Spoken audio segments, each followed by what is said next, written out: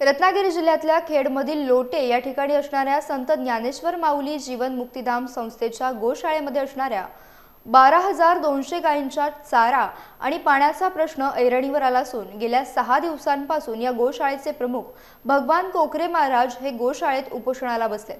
आज त्यांचे आंदोलन चिघळले असून ते गोशाळेतील हजारो गायींना घेऊन पशुसंवर्धन विभागाच्या कार्यालयासमोर घेऊन जाणार आहेत।